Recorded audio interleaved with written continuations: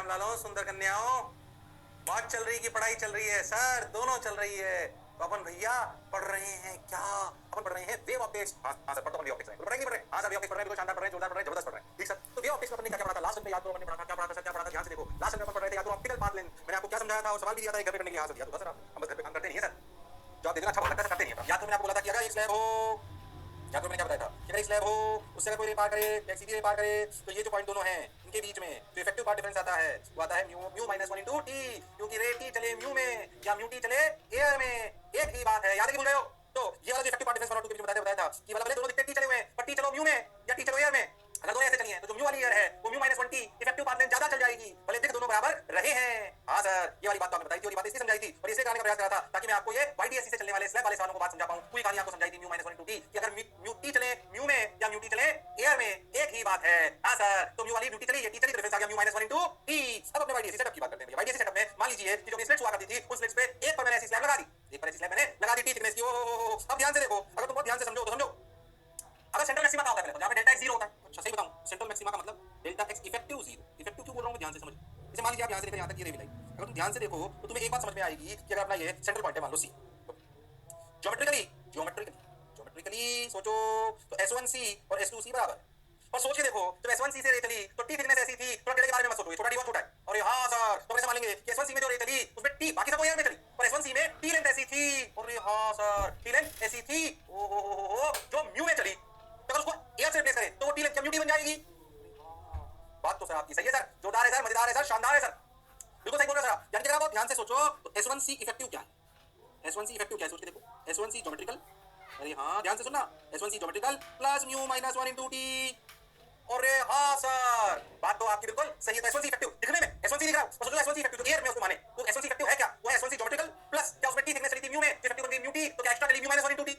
अरे हाँ, तो S1c इफेक्टिव वास्तविकता में क्या कितना है? S1c geometrical plus mu minus 1 into T, बिल्कुल सही बात। अब सोचो, अगर मैं सी पे पूछूं what is delta x effective, तो आप पता क्या लिखोगे? आप लिखोगे S1c effective minus S2c। S1c effective लिखना पड़ेगा ना? अरे हाँ सर, बात तो आपकी बिल्कुल सही है। ध्यान से देखो, S1c और S2c बराबर है, पर इफेक्टिवली ज्यादा कौन चला है? अरे इफेक्टिवली ज्यादा कौन चला है? सोच के देखो, इफेक्टिवली कौन ज्यादा चला है? इफेक्टिवली S1c ज्यादा चला है, कितना? Mu minus 1 into T. सोचते हैं S1c इफेक्टिव लिख सकते हैं S1c plus mu minus 1 into T. जब मैं S1c लिखा मतलब ज्योमेट्रिकल माइनस S2c। अब तुम जानते हो कि ज्योमेट्रिकली तो S1c और S2c बराबर हैं, तो क्या इस जगह का डेल्टा x इफेक्टिव क्या म्यू माइनस 1 इंटू टी है? मतलब जिस जगह पहले सेंट्रल मैक्सिमा बन रहा था, जिस जगह पहले सेंट्रल मैक्सिमा बन रहा था, उस जगह अब क्या बात डिफरेंस डेल्टा x इफेक्टिव क्या म्यू माइनस 1 इंटू टी है। और कौन ज्यादा है? S1 वाला ज्यादा है, क्योंकि उसके सामने स्लैब को रख दिया गया या पन्नी को रख दिया गया, या जो भी आप मानना चाहते हो रख दिया गया। पहले तो जो मैं बोला चमका, अरे सोच लो, अरे गारंटीड। हाँ सर, बात तो आपकी बिल्कुल सही है सर, जोरदार है सर, शानदार है सर। और बोलो, अरे बोलो भाई, अरे बोलो भाई, बोलो भाई, सोचो भाई, अरे हाँ हाँ, अरे गारंटीड। ओ delta x effective to 0, S1c plus mu minus 1 into t minus S2c equal to mu minus 1 into t. बोलो या सुनो, अरे सोच लो। हाँ सर, बात तो आपकी बिल्कुल सही है सर, जोरदार है सर, मजेदार है सर, शानदार है सर। बोलो क्लियर है? अरे पक्की बात। सही लग रहा है सर, सही लग रहा है सर। तो mu minus 1 into T, mu minus 1 into T, okay sir, got your point sir, बात समझ आई सर। तो सेंटर पे mu minus 1 into mu minus 1 into T, और S1 वाला डोमिनेट कर रहा है, ये बात समझ आइए कि नहीं? आइए सर, अच्छा लग रहा है सर, शानदार सर, जबरदस्त सर, मजा आया सर। अब उसने पूछा क्या? Update of NSC, Meta of new space in front of one of the states, network experiment develop light uses this बड़ा सॉल्यूशन सारे रखे final distance of central maxima. अब जिस जगह मैं पहले सेंट्रल मैक्सिमा मानता था, उस जगह पर तो भैया effective path difference mu minus 1 into T है। हां सर, बिल्कुल है, बिल्कुल सही बात। यानी वहां पे सेंट्रल मैक्सिमा तो नहीं है, सेंट्रल मैक्सिमा होता कहां पे? जहां पे डेल्टा x इफेक्टिव 0। अब पहले तो कौन ज्यादा लगा इस सेंटर वाले में? पहले अपनी बुद्धि से बता, सेंट्रल मैक्सिमा आएगा किधर? ऊपर कि नीचे? अरे ऊपर कि नीचे? ऊपर कि नीचे? बोलो, ऊपर कि नीचे? अरे बोलना पड़ेगा, शर्माइए मत, इसमें की शर्म, इसका number come. Okay sir, got your point sir, बात समझ आई सर। देखो सही है सर, जबरदस्त सर। S1 S2 ओके, जो S1 वाला आगे है, क्योंकि उसमें टी का चलता है ना वो स्लैब से, तो म्यू टी हो जाता है। तो बराबर होने के लिए क्या दिखने में S2 को ज्यादा चलना पड़ेगा, दिखने में, तब दोनों शायद बराबर होंगे। तो दिखने में S2 ज्यादा कब चलेगा? जब आप ऊपर जाओगे कि नीचे आओगे? बोलो सर, ऊपर जाएंगे। और हाँ, ये बात सिखाना मत, जो आप मानती हैं यहाँ पे बाय। अरे हाँ, सोचो यहाँ से कितना चलेगी, पी पॉइंट मानते हैं, अपनी जगह पे देखो, इस पी पॉइंट पे डेल्टा x इफेक्टिव क्या है? Delta x effective P point, मान लेते हैं कि पी पॉइंट पे सेंट्रल मैक्सिमा है, पहले समझो इसको। अगर सेंट्रल मैक्सिमा आया तो अपन क्या लिखेंगे? S1p इफेक्टिव, अरे हाँ, equal to S2p। S1p effective, S1p effective क्या है? Geometrical S1p plus mu minus 1 into t equal to S2p। ओहो, क्या mu minus 1 into t equal to geometrical S2p minus S1p। अच्छा, ज्योमेट्रिकल S2p माइनस S1p, अरे ये तो y दूरी का पार्ट डिफरेंस है, जो पहले से सीख चुके हैं। याद करो, किसी भी वाईडीएससी सेटअप में, बोल रहे तुम, किसी भी वाईडीएससी सेटअप में y दूरी पर पार्ट डिफरेंस कैसे आता था? अरे क्या आता था पार्ट डिफरेंस? सब लिखते थे d sin theta, d sin लिखते थे d tan थीटा, और सब उसे लिखते थे d बाय d। याद अरे हाँ सर, अगर सारे assumption वैलिड हो तो यहाँ तो लिख देते d cos d sin theta, d sin theta d tan theta, tan लिख देते y by d। अरे हाँ, अगर assumption वैलिड हो तो क्या ये हो जाएगा dy by d। अरे हाँ सर, dy by d यानी कि mu minus 1 into t equal to dy by d, यानी कि y की वैल्यू आई mu minus 1 into t बड़ा D by छोटा d is the place where you will get what? इतना y ऊपर पर आपको क्या मिलेगा? Central maxima. अरे क्या मिलेगा? Central maxima. अरे हाँ सर, बात तो आपकी बिल्कुल सही है सर, जोरदार है सर, मजेदार है सर। हो गया? अरे बोलो भाई, अरे सोचो भाई।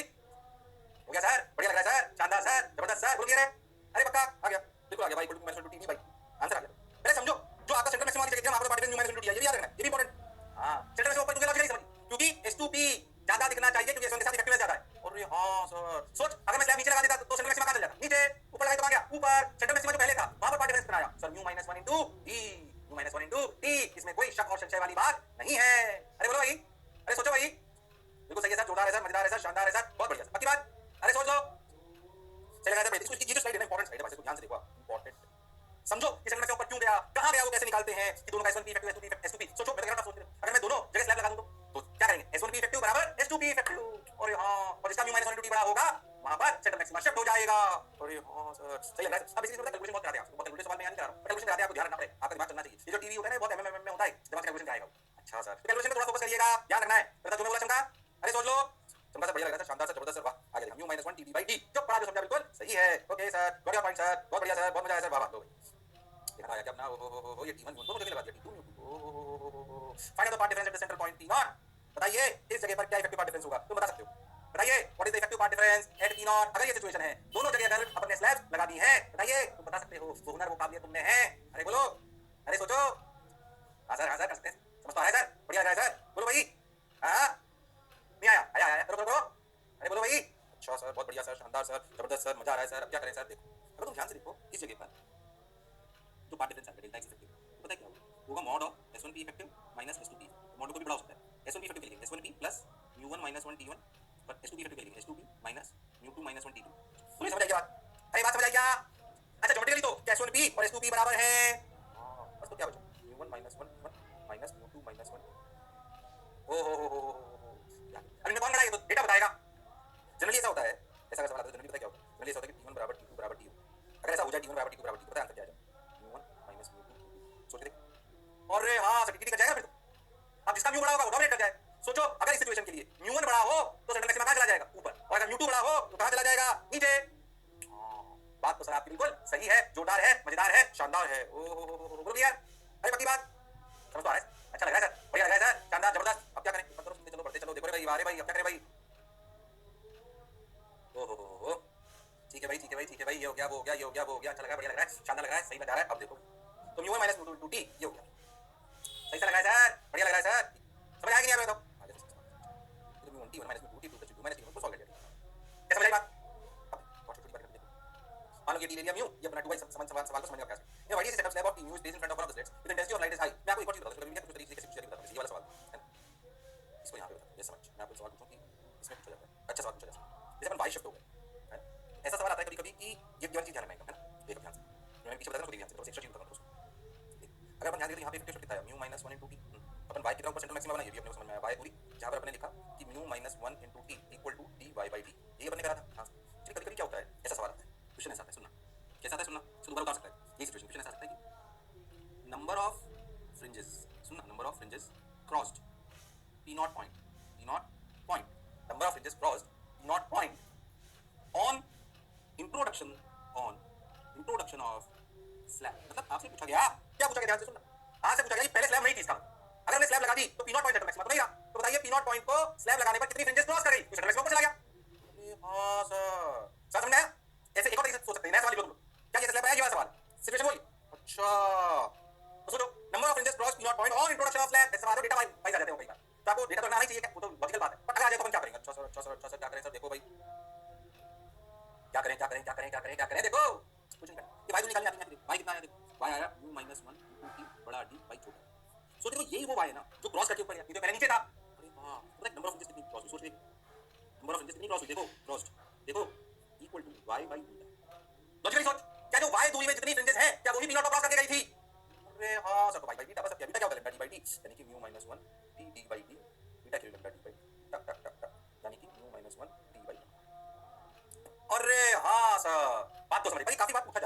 ऑब्वियसली आपको ये कहानी समझ में आनी चाहिए। बोलो क्लियर है क्या? अरे बोलो क्लियर है क्या? अरे सोच लो। अरे पक्का? हाँ सर, बात तो सर आपकी बिल्कुल सही है, जोरदार है, मजेदार है, शानदार है। बोलो क्लियर है? अरे पक्का? सर शॉर्टेड सर, बढ़िया सर, जोरदार सर। ओके, ऐसे सवाल आ जाते हैं, आपको क्लैरिटी होनी चाहिए। एक और नए सवाल को उतार आ जाइए, आगे बढ़े। तो अपने ये वाला कर लिया, नंबर ऑफ इंचेस क्रॉस कर लिया, अपने अगर दो आ जाए तो भी अपने सवाल कर लिया। हो अब अपनी नया सवाल करते हैं, जो दिखाई दे रहा है क्या ध्यान से। अपने सर लगाई टी और म्यू, उसने क्या बोला?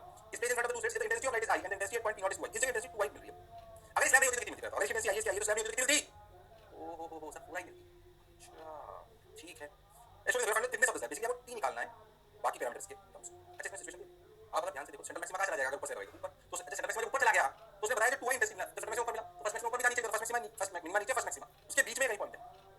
ओहो सवाल बहुत जोरदार है, मैं बताऊं। मैं सब बताऊं मेरे को। स्लैब सेंट्रल मैक्सिमा लगा ऊपर, अब जो नीचे P0 पॉइंट है वहां पे इंटेंसिटी 2i मिली, पर वो कौन से मैक्सिमा के बीच में है, कौन से मैक्सिमा मिनिमा के बीच में? तो बता दिया कि फर्स्ट मिनिमा जो सेंट्रल मैक्सिमा से पहले चलोगे फर्स्ट मिनिमा, फिर फर्स्ट मैक्सिमा के बीच का वाला पॉइंट है, जो उसने बता दिया।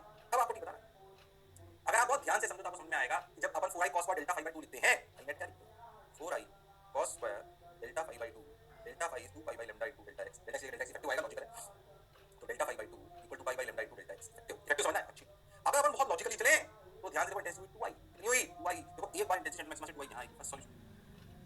दूसरा सॉल्यूशन यहां तो देखो 2i equal to 4i cos square delta 5/2, इसको अपन लिख सकते हैं ध्यान से देखो क्या? pi by lambda into delta x।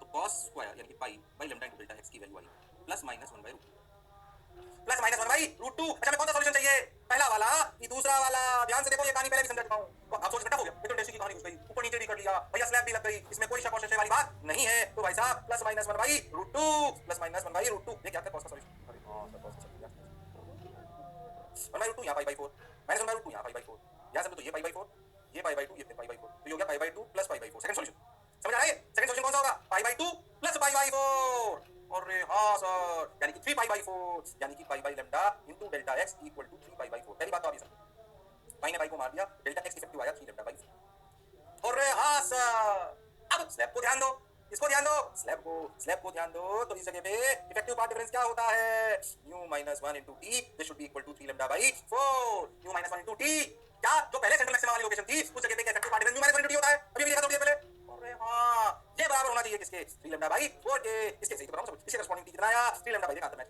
करा कि नहीं करा? कितना आया? 3 lambda/4 u minus 1। लो ये थिकनेस है। अब सोचो क्या इंपॉर्टेंस थी, ये जो सेंट्रल मैक्सिमा से कितना नीचे बना, क्या उसका डेटा दे रखा है, तब आप इस कंक्लूजन पे पहुंच पाए। बढ़िया सवाल, इंटेंसिटी का खेल समझ आना चाहिए, बेसिक मैथ्स आनी चाहिए, फॉर्मूला याद होना चाहिए, स्लैब की कहानी समझ आनी चाहिए, जबरदस्त सवाल। पर अगर समझ आ जाए तो कोई खास बात नहीं है। हां सर, बात तो आपकी बिल्कुल सही है। बोलो क्लियर है? अरे सोच लो। हां सर, ये सर, बढ़िया सर, जोरदार सर, शानदार सर, जबरदस्त सर। आगे बढ़ जाइए मास्टर। अरे सोच लो। हां सर, बढ़िया सर, क्या बात, मना कौन है? अरे क्लियर? यस सर, बढ़िया पॉइंट सर, आगे बढ़िए सर, चलते रहिए सर। ओके, अरे हो गया भाई, 3 lambda/4 मैंने बोला ठीक, मैंने भी बोला ठीक। आ जाइए आ जाइए आ जाइए, अब क्या करें? देखो ये हो गया, ये आ गया, बढ़िया। क्या ऐसे सोच के देखो, स्लैब की अगर सवाल आए, सेंट्रल मैक्सिमा कहां बना, कितनी फ्रिंजेस क्रॉस करी, ऊपर स्लैब, नीचे स्लैब, ये स्लैब, वो स्लैब, क्या सब लोग सवाल कर सकते हो? अरे कर सकते हो कि नहीं कर सकते हो? इसमें सवालों की कोई कमी नहीं, मैंने डिवाइड को कराया और डेटा भी आ सकता है, तो आपकी मैथ्स ठीक होनी चाहिए। अरे बोलो भाई, कर सकते हो? पहले स्लैब में आपको ऑप्टिकल पाथ लेंथ समझाई, फिर स्लैब वाले सवाल ऑप्टिकल पाथ लेंथ समझाई, पहले मैंने आपको ऑप्टिकल पाथ लेंथ से स्लैब समझाई, स्लैब को बाय डीएस में इंट्रोड्यूस करा, फिर उससे सवाल बनते हुए मैंने आपको बताया, ऊपर भी जा सकता है, सेंट्रल मैक्सिमा नीचे भी जा सकता है, दो स्लैब भी आ सकती है, कुछ भी हो सकता है सवाल। आपके फंडे क्लियर होने चाहिए। बोलो क्लियर है क्या? अरे सोच लो। हां सर, बिल्कुल क्लियर है, जोरदार क्लियर है, जबरदस्त, बहुत बढ़िया सर हो गया। सही बताओ तो आप बता रहा हूं, इसे बोलते हैं जो अपन पढ़ने वाले हैं, जैसे किसी से बोलते हैं, इसे अपन थोड़ा नए नाम से पढ़ते हैं, डरना मत बस। इसे पता क्यों? पब्लिक इंसिडेंट्स पहले समझो। लेकिन पब्लिक इंसिडेंट्स है क्या, मैं आपको बताता हूं। आप ऐसे समझो, ये सब ना अपन जो अपन पढ़ रहे हैं ना, स्लैब लैब, ये सब कह सकते हो आप वेरिएशन से बाय डीएस। क्या बोल सकते हो? वेरिएशन से बाय डीएस। तो पहले सवाल पे आने से पहले आप मैं आपको बताता हूं पब्लिक इंसिडेंट्स। पब्लिक इंसिडेंट्स क्या, ध्यान से कुछ अगर आपको कहते हो जो अभी आप बाय डीएस सेटअप देखते हैं, उसमें करते क्या थे इसमें? आप उसमें क्या करते थे? प्रैक्टिकली सोचो तो आप ऐसा मानते थे कि आपकी रेज ऐसे आ रही है, ऐसे रेज आने से ये माना जाता था कि ये जो S1 S2 होते थे, जो S1 S2 जो दो सोर्स बनते थे, ये दो सोर्स बनते थे ना, इनसे डिफरेंस होता था। इस सेटअप में ऐसा होता है कि S1 S2 act as coherent source, ये अपन जानते हैं, act as coherent source with initial phase difference C. हम जो भी पार्ट डिफरेंस कंसीडर करते थे वो तो पार्ट की वजह से करते थे, हमने बिल्कुल ऐसे ही मानते थे S1 S2 की कोहेरेंट भी है, और ये भी मान लेते थे कि S1 S2 का इनिशियल डिफरेंस नहीं है, क्योंकि ऐसे मानते थे कि पैरेलल आ रही है। तो सही पैरेलल कैसे आती है, सब आप समझ सकते हैं, पैरेलल से थोड़ा आसान पड़ता है। आप ऐसे समझो कि ऐसे आप लेंस रख दो और सोर्स को इसके फोकस पे, तो सोचो क्या ये सेकंड बात पैरेलल हो जाएंगे, बिल्कुल सही बात। ऐसे आराम से सिचुएशन बन जाती है। बढ़िया, S1 S2 कोहेरेंट सोर्स बनते हैं, बिल्कुल सिचुएशंस बढ़िया, शानदार। ये अपन तो सेटअप में अपन कर रहे थे। हां सर, बात तो आपकी बिल्कुल सही है, जोरदार है, शानदार है, मजेदार है, जबरदस्त है। बोल क्लियर? अरे सोच लो। अब ऑब्लिक इंसिडेंस क्या है कि रेज ना ऐसे पैरेलल को समझना कैसे, रेज ना ऐसे कंफ्यूज मत होना, रेज ना ऐसे कंफ्यूज मत होना, रेज ना ऐसे पैरेलल तो आए, पर ऐसे समझो कि प्रिंसिपल एक्सिस के पैरेलल ना है, मतलब ऐसे आए पैरेलल तो है, तो ऐसे पैरेलल। समझ पा रहे हो मैं क्या कह रहा हूं? अरे हां सर, मान लो कि एंगल ठीक है ऐसे। अब तुम्हें बात समझ आई, पैरेलल तो आ रही है, पर समझो कि अगर पैरेलल आ रही है तो इस S2 वाले का वेवफ्रंट जो होगा ना वो इसके साथ अलाइन होगा। अब अगर ऐसा है तो S1 और ये S2 कोहेरेंट होंगे कि नहीं होंगे? कोहेरेंट तो होंगे क्योंकि वो एक ही सोर्स से कहीं से आ रहे हैं। अरे हाँ सर, तो S1 S2 coherent, S1 S2 coherent source, coherent source, but initial phase difference is not zero. ध्यान से देखो, S1 S2 कोहेरेंट है, क्यों? क्योंकि एक ही सोर्स से जनरेट हुए हैं। अरे हाँ सर, इससे पहली बात, ऐसे टेढ़ा जब रेज आती है उसे बोलते हैं ऑब्लिक इंसिडेंस। अच्छा, उसे क्या कहते हैं? Oblique incidence. ओके सर, बात तो आपकी बिल्कुल सही है सर, जोरदार है सर, मजेदार है sir. S1 S2 coherent source, but initial phase difference is not zero. Okay sir, got your point sir, बात समझ आई सर, बहुत बढ़िया सर, शानदार सर, जबरदस्त सर। अब क्या करें भाई? देखो भाई, सोचो भाई, अब क्या करें, अब क्या करें, अब क्या करें? देखो भाई, तो ध्यान दो, S1 से कोहेरेंट ये वाला पॉइंट, तो मुझे लगता है ये वाला पॉइंट अपना S2 वाला इफेक्टिव पार्टिकल ज्यादा चल चुका है। तो बहुत ध्यान से देखो, ये दूरी कितनी है। और हाँ, स्ट्राइड को देखो, ऐसे की, हाँ देखो ऐसे, ऐसे ये है और ये ऐसे लंबाई दी है। और हाँ सर, और बहुत ध्यान से देखो, बहुत ध्यान से देखो, तो ये वाला एंगल थीटा है। कौन सा वाला? ये वाला एंगल अगर थीटा है तो ये 90 थीटा है, तो ये इफेक्टिव लेंथ d sin। तुम ध्यान से देखो, तो d sin theta S2 extra part पहले ही चल चुका है। यानी कि अगर मैं सोच के देखो, तो मैं अगर इस जगह पर आपसे डेल्टा x इफेक्टिव पूछूं, डेल्टा x इफेक्टिव पूछूं, तो आप क्या लिखो? दिखने में भले S1c और S2c बराबर चल रहे हैं, पर S1 पहले से ज्यादा चला हुआ है, कितना? d sin। हाँ सर, कहाँ है d sin का? बात तो सर आपकी बिल्कुल सही है, जोरदार है, मजेदार है। इफेक्टिव चल गया, ऑब्लिक इंसिडेंस, ऑब्लिक इंसिडेंस जो एंगल अपन चले उसके इफेक्टिव पार्ट डिफरेंस आ गया। सोचो, मुझे खुद बताओ, चलो सेंट्रल मैक्सिमा कहाँ चला जाएगा? यहाँ पे नहीं है सेंट्रल मैक्सिमा। सेंट्रल मैक्सिमा के लिए डेल्टा x इफेक्टिव 0 होना चाहिए, डेल्टा x इफेक्टिव 0 होना चाहिए। बताइए, बताइए कहाँ पर जाएगा सेंट्रल मैक्सिमा? अरे हाँ सर, ये तो ऊपर चला जाएगा। बात तो सर आपकी बिल्कुल सही है, जोरदार है, मजेदार है, शानदार है। बोलो यार, अरे पक्की बात। हाँ सर, हाँ सर, बढ़िया सर, शानदार, जबरदस्त। ये कहानी बात समझ आ रही है कि नहीं आ रही?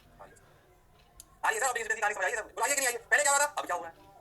अच्छा सा लग रहा है सर, बढ़िया लग रहा है सर, शानदार लग रहा है सर, बोलो समझ आया? अरे पक्की बात। आप कभी मेरे घर में अलग थोड़ा सा लगाएंगे बस, ध्यान से देखो ये करें। किसी भी ऐसे दूरी पर, तो यहाँ पे ये मान लो पॉइंट P, तो आप सोचो पॉइंट P पे सेंट्रल मैक्सिमा आ गया, सेंट्रल मैक्सिमा एट P। अगर सोचो तो आपको लिखना चाहिए S2P effective equal to, sorry S1 ले लेते, S1P effective equal to S2P। Yes और अब सोचो S1P इफेक्टिव को कैसे? S1P और पहले से कितना चला हुआ है? पहले से चला हुआ d sin थीटा। अरे हाँ, और ये S2P, तो d sin theta equal to S2P minus S1। तो ये तो हमें आता है। अगर हम अपना एक असम्पशन वैलिड मान लें, एक को ना माने, क्योंकि इसमें कैसे d sin अल्फा लिखा जा सकता है। अरे हाँ सर, समझो इस कहानी को, बहुत जोरदार बात लिखी गई है। ऑब्लिक इंसिडेंस को समझने का प्रयास करो। हाँ, तुम d sin अल्फा लिखा, sin अल्फा को tan अल्फा लिख सकते हो, d by dt लिख सकते हो। अगर सारे असम्पशन ले लो तो बस एक चीज मान के ये कहानी समझ आनी चाहिए। अरे बोलो भाई, अरे सोचो भाई। अरे हाँ, कैसे अल्फा को tan अल्फा लिखे, कैसे d by dt लिख सकते हैं? हाँ सर, तो कितने y पर सेंट्रल मैक्सिमा अपन निकाल सकते हैं?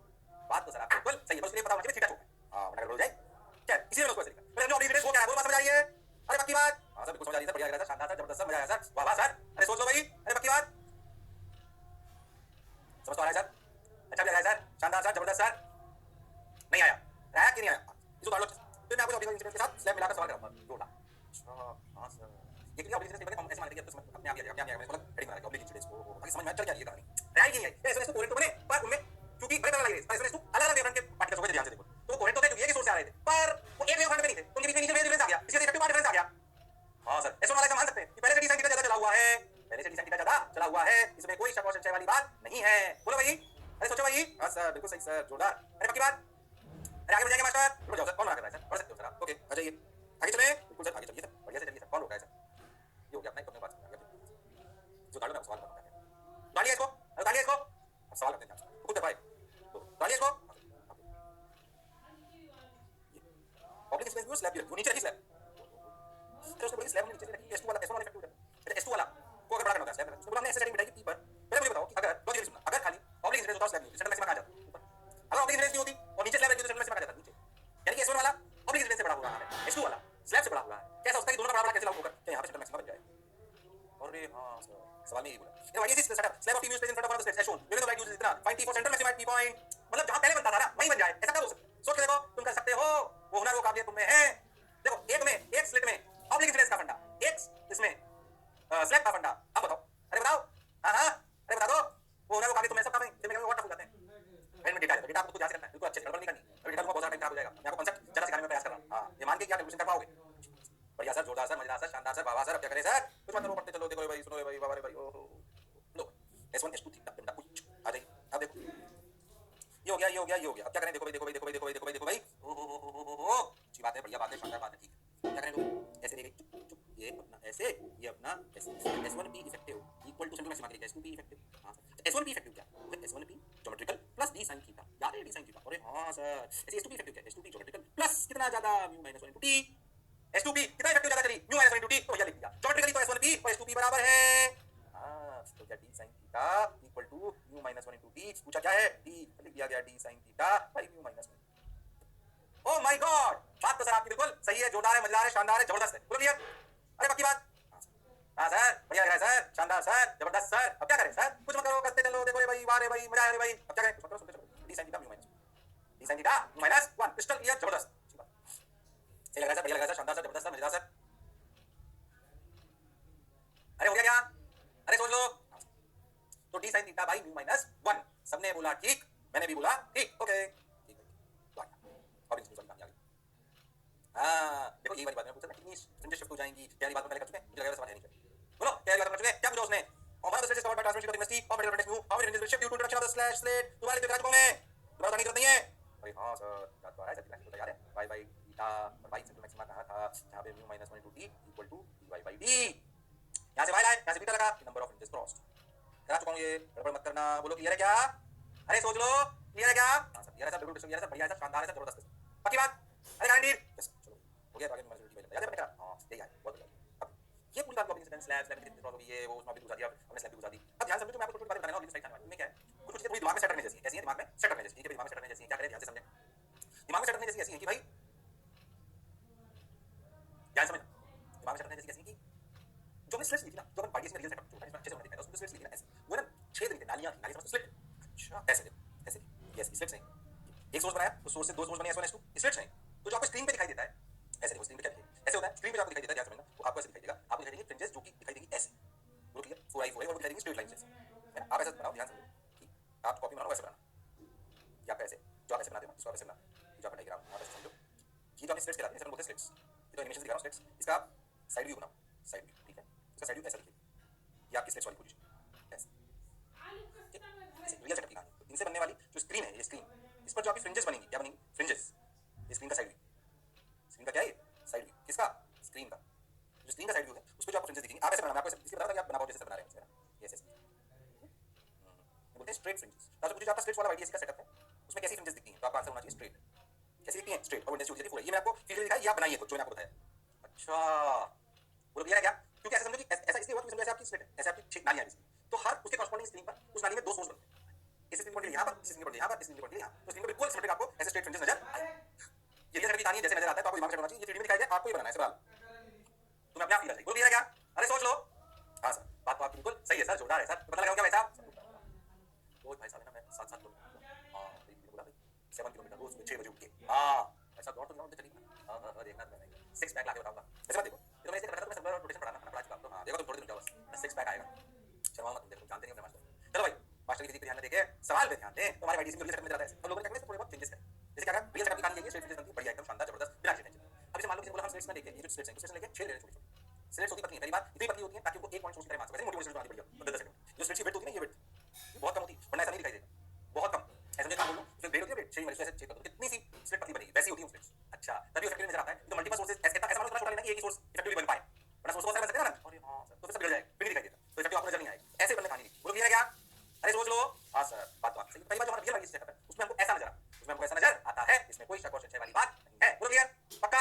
ये तो सर बात समझ आ गई, अच्छा भी लगा, बढ़िया भी। अब थोड़ा बहुत लोगों ने इसमें चेंजेस करते रहे लगातार, क्योंकि वाइडी सेटअप है बहुत इंपॉर्टेंट, तो अब क्या करेंगे कि ऐसा समझो सेकंड अभी अगली कहानी क्या है दिमाग में सेट करनी, सोच के देखो, इमेजिन करो कि ये जो स्लिट्स हैं ऐसे नालियों की वजह छेद हो, तो स्क्रीन पर क्या बने, तो फ्रिंजेस बनेंगी, उनकी शेप कैसी हो, मैं आपसे पूछता हूं कि अगर समझो कि जो आपकी स्लिट्स हैं वो ऐसे नालियां ना होकर, नालियां थी बढ़िया, मतलब आपने ऐसे ऐसे टनल टाइप थी, तो ठीक है, पर तो अपनी स्ट्रेट फ्रिंजेस बन गई। अगर मान लो ये ऐसे ना होकर छेद होते थे, ऐसे अगर ये छेद होता है सर, बस ऐसे छेद, तो समझो सामने स्क्रीन पर क्या शेप आती, फ्रिंजेस, फ्रिंजेस की क्या शेप आती, बोलो। और तो कम इसलिए रहता है क्योंकि इफेक्टिव इसके लिए बहुत इंटेंसिटी चाहिए, बट फिर अगर अपन मान लें तो बताइए कितनी जो सामने स्क्रीन पर क्या दिखेगा, किस तरह की फ्रिंजेस दिखेगी। भाई अगर डायग्राम देखोगे तो ऐसे दिखेगा ना 2D में, ऐसे दिखेगा, इसका 2D डायग्राम ऐसे दिखेगी, और जो स्क्रीन पर दिखेगी फ्रिंजेस कैसी होंगी आंखों, वो वाली बात आपको बतानी, सोच के देखो, सोच के देखो क्या दिखाई देगा, सोच के देखो क्या दिखाई देगा, अगर ऐसा है तो बोलो भाई, पता क्या दिखाई, बताओ क्या देखो, ये तो 3D दिखा रहा है, बताओ क्या दिखाई देगा, बताओ ठीक है, फिर आप देखो ध्यान से सोचना, जो स्लिट्स थी ना उसमें तो हर स्क्रीन के हर एक पॉइंट के करस्पॉन्डिंग सामने सोर्सेस थे, ऐसा समझो अगर ऐसा कोई पॉइंट है,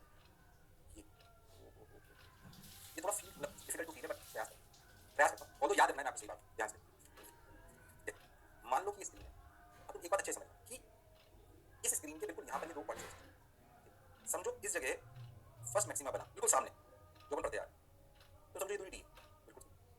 अब तुम समझो कि अगर मैं ये जो दो सोर्स है ये यहीं रहेंगे, स्क्रीन के कॉरस्पॉन्डिंग यहाँ पे फर्स्ट मैक्सिमा बना, सोच के देखो कि अगर मैं इस मैक्सिमा को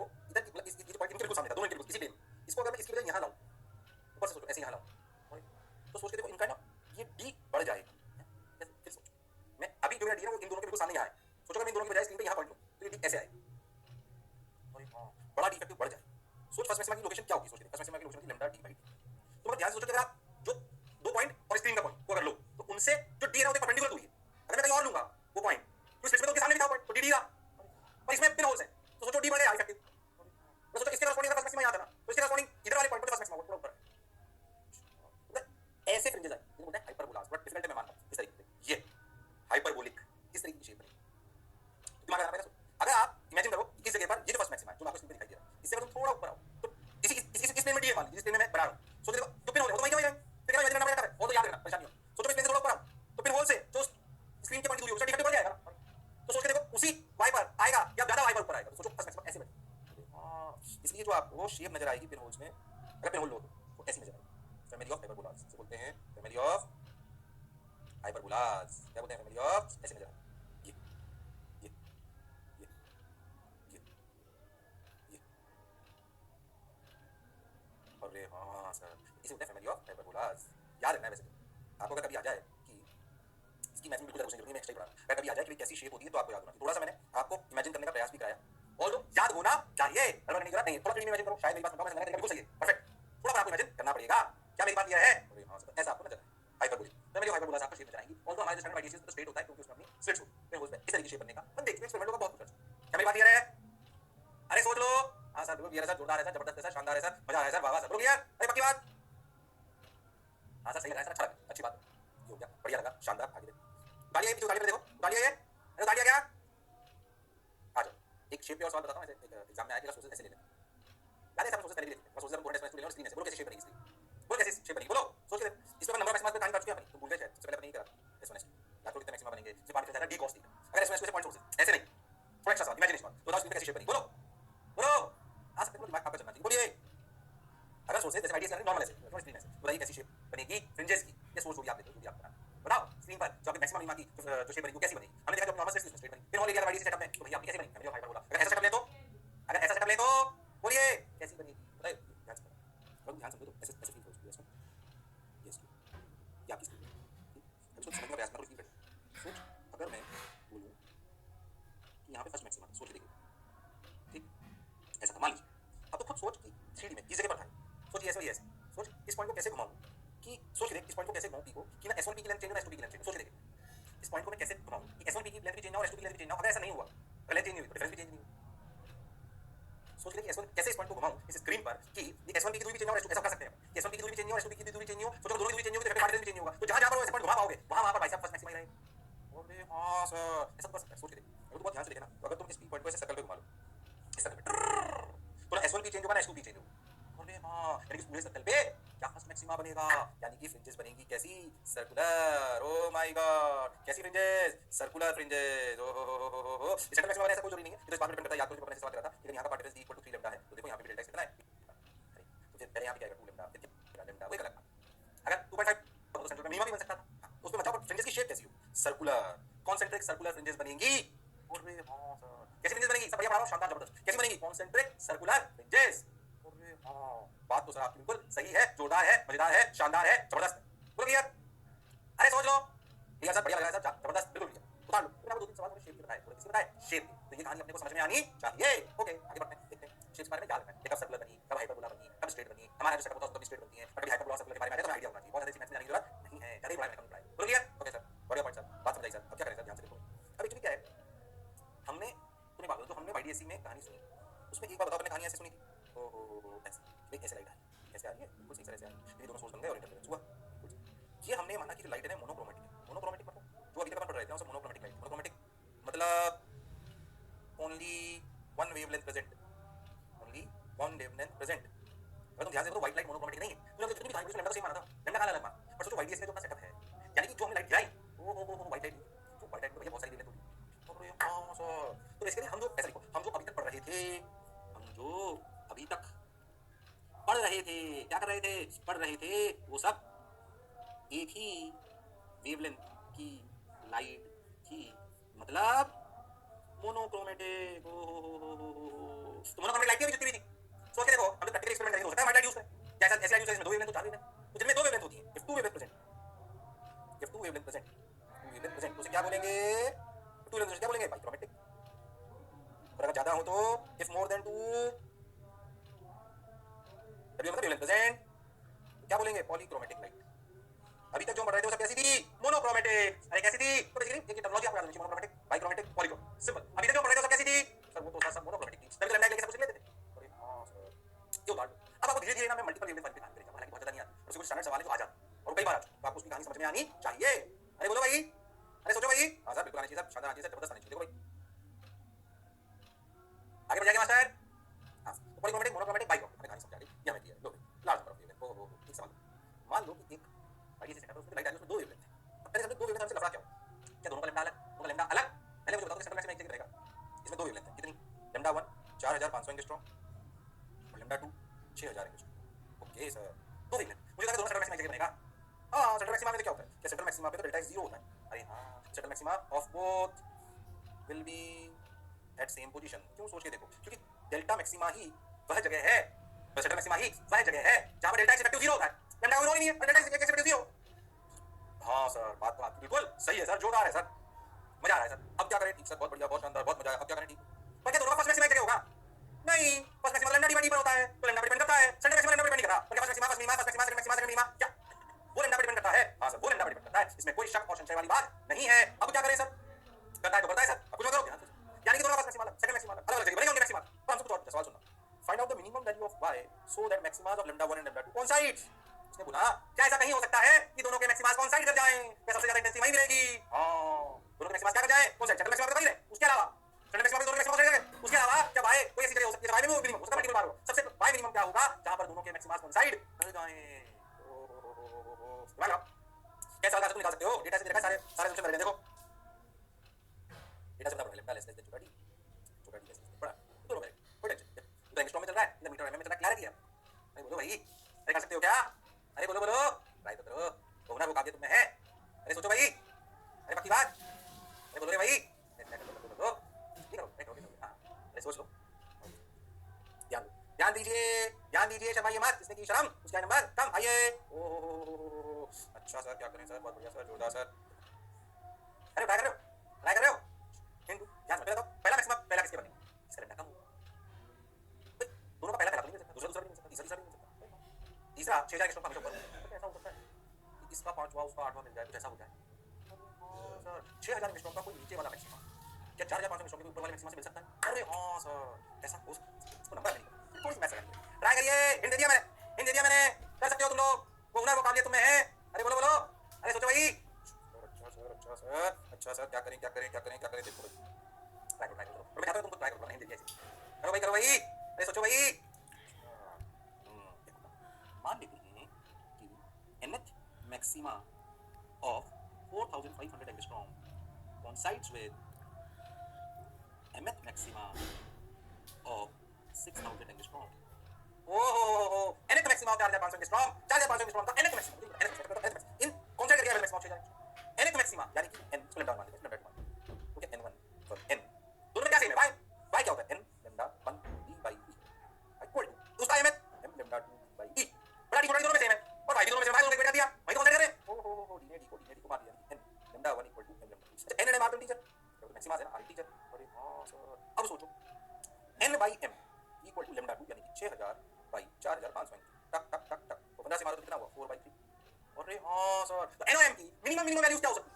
4 या 3, इंटीजर है क्यों होता, यानी कि सही चल रहा है। हाँ, यानी कि अगर हम बहुत ध्यान से देखें और सोचें और समझें तो हमें ये कहानी समझ में आएगी, n और m, n की मिनिमम वैल्यू 4 और m की 3, यानी कि चौथा maxima of this implies fourth maxima of 4500 angstrom coincides with third maxima of 6000 angstrom. अरे इसका क्या हो सकता है? इस 200 मीटर के ऊपर नीचे, तो 8 का तीसरा, छठा उसका, हां तो हमें y मिनिमम चाहिए। तो y मिनिमम क्या हुआ? n की वैल्यू 4 ले लो, 4 * लैम्डा 1 यानी 4500 एंगस्ट्रॉम, बिल्कुल सही, बिल्कुल सही, एंगस्ट्रॉम टू 10 पावर -10, बिल्कुल सही, इनटू बड़ा d कितना? 1 मीटर, ओके, और छोटा d कितना? 1 mm, 1 * 10 पावर -7, आगे देखते हैं 10 पावर -7 सही चल रहा है, बिल्कुल 10 पावर -7 से 3 हमारा 3000 10 पावर -5, बिल्कुल सही। तो ये कितना हो गया? ये 47 * 4 = 180 * 10 पावर -5 मीटर, तो सेंटीमीटर में करें तो 180 * 100 सेंटीमीटर, 10 पावर -2 तो 1.8 सेंटीमीटर आंसर आना चाहिए। अरे हाँ सर, सही करो ना, 1.8 से पता नहीं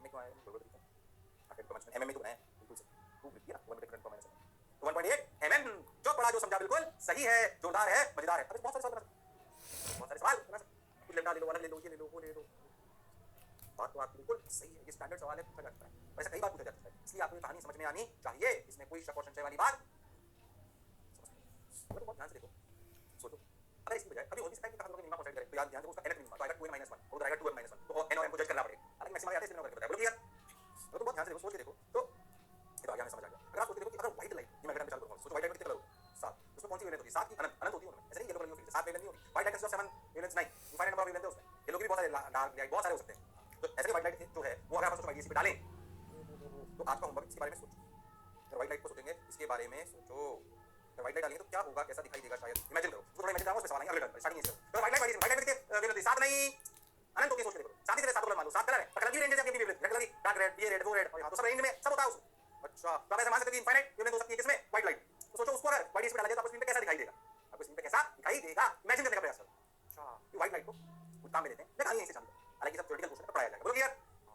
एक थोड़ी सी बात रिटर्न में जो काम में आ सकती है, याद करो, अपन ने रिवाइज करना है आपको, क्या रिवाइज करना है बताओ, बताता हूं, रिवाइज करो क्या, यूवी मेथड कहां पढ़ा था, ये काम आएगा, यूवी मेथड ऑप्टिक्स, ठीक, और एक और चीज ऑप्टिक्स रिवाइज करके आनी, बताता हूं कौन सा, याद करो, shift from thin prism, shift from thin prism, ये अगर पढ़ के आने काम आए, कहां से, याद करो, एक ऑप्टिक्स में बताया था, जैसे थिन प्रिज्म था, उससे ए दूरी पे ऑब्जेक्ट थी, वो शिफ्ट हो जाता था ऑब्जेक्ट इमेज के रूप, ये पढ़ के आनी दोनों चीजें, काम आएंगी, रिवाइज करो, काम आएंगी दोनों ऑप्टिक्स, आगे अगले लेक्चर में काम आएगा। अरे करके आएंगे क्या? हां सर, स्वागत है, बात यहीं से चालू करेंगे, इसी दो रूल के साथ।